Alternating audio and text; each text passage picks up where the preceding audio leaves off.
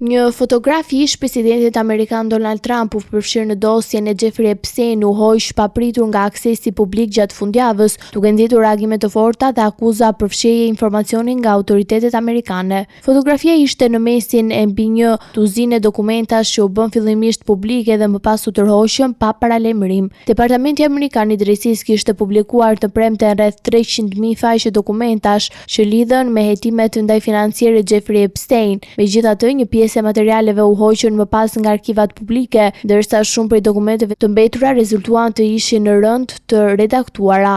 Rreth 700 faqe ishin të rësisht të nxira, ndërsa në disa fotografi fytyrat e grave ishin të mbuluara, duke shtuar dyshime se publikut nuk po i vjet në dispozicion i gjithë informacioni. Mes qindra fotografive të publikuara, disa dyshohen të jenë realizuar nga vetë Epstein, ndërsa të tjerat nga FBI gjatë kontrolleve në pronat e tij. Një prej tyre tregonte një të hapur tavoline ku ndodheshin dy fotografi të Donald Trump. Njëra e panjohur më parë për publikun e shfaqet Trump duke pozuar me 4 vajza të veshura me rroba banjo. Së vendos prokurori i përgjithshëm amerikan Todd Blank mbrojti fillimisht vendimin për heqjen e fotos, duke deklaruar se ekziston shqetësime mbi identitetin e grave të shfaqura në imazh. Ai theksoi se nuk kishte asnjë provë që të ishin viktima të Epstein. Megjithatë, pas akuzave të forta për mbulimin e qëllimshëm dhe mungesë transparence, Departamenti i drejtësisë ndryshoi qendrim dhe njoftoi rikthimin e fotografisë në arkivën publike. E njëjta dosje përmbante edhe një fotografi ku Donald Trump shfaqet së bashku me bashkëshorten e tij,